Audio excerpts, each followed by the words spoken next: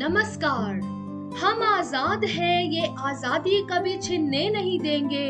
तिरंगे की शान को हम कभी मिटने नहीं देंगे। कोई आंख भी उठाएगा जो हिंदुस्तान की तरफ, उन आंखों को फिर दुनिया देखने नहीं देंगे। इसी जज्बे के साथ आइए सुनते हैं एक और कहानी एमपीएस की जुबानी, सेनापति बापट की कहानी। गुलाम भारत में किसानों को आजाद कराने वाले वीर सिपाही सेनापति बापट के नाम से मशहूर पांडुरंग महादेव बापट भारतीय स्वतंत्रता संग्राम की एक महत्वपूर्ण कड़ी थे। बापट का जन्म 12 नवंबर 1880 को महाराष्ट्र के अहमदनगर जिले के परनेर शहर में एक निम्न मध्यम वर्गीय ब्राह्मण परिवार में हुआ। पुणे के डेक्कन कॉलेज में दाखिला लेना उनके जीवन के लिए एक महत्वपूर्ण मोड़ साबित हुआ, क्योंकि यही वह जगह थी जहां इनकी मुलाकात श्री दामोदर बलवंत भिंडे और British professor Francis William Ben से हुई, जिन्होंने बापट जी के मन में राष्ट्रवादी भावनाओं के बीज बोए थे।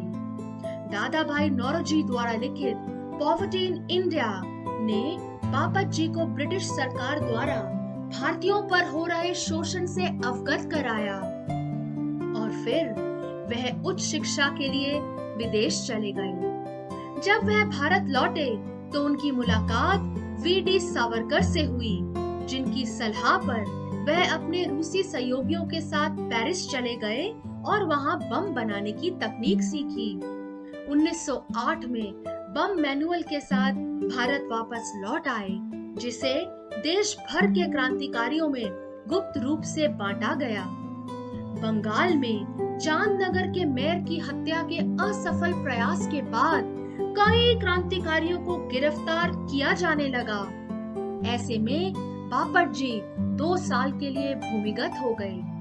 आखिरकार 1912 में पुलिस ने उन्हें गिरफ्तार कर लिया, परंतु पर्याप्त सबूत न मिलने के कारण 1915 में उन्हें रिहा कर दिया गया। फिर वह बाल गंगाधर तिलक जी के साथ मिलकर पुणे में स्वतंत्रता के लिए स्थानीय समर्थन जुटाने में लग गए।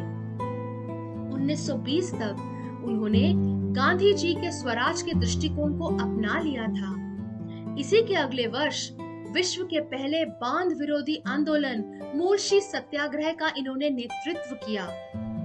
मूलशी सत्याग्रह का नेतृत्व करने के कारण उन्हें सेनापति के नाम से जाना जाने लगा।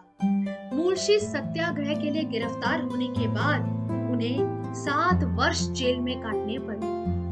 1931 में आखिरकार उन्हें रिहाई मिली। इसके बाद मुंबई में सुभाष चंद्र बोस द्वारा आयोजित एक आम सभा में शामिल होने के कारण बापट जी को तीसरी बार जेल जाना पड़ा।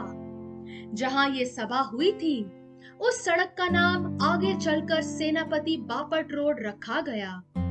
15 अगस्त 1947 का वो दिन पुणे में पहली बार तिरंगा फहराने का सौभाग्य बापट जी को मिला। 87 वर्ष की उम्र में 28 नवंबर 1967 को बापट जी ने दुनिया से विदा ले ली, पर उनकी यादों को 1964 में प्रकाशित अमर चित्र कथा ने जीवंत कर दिया। 1977 में भारत सरकार ने उनके सम्मान में डाक टिकट जारी किया। बापट जी अपने आप में एक स्वतंत्र व्यक्तित्व के मालिक थे और यही उनके जीवन की शिक्षा है। उम्मीद है ये कहानी आप सबके लिए प्रेरणादायक साबित होगी। नमस्कार, जय हिंद।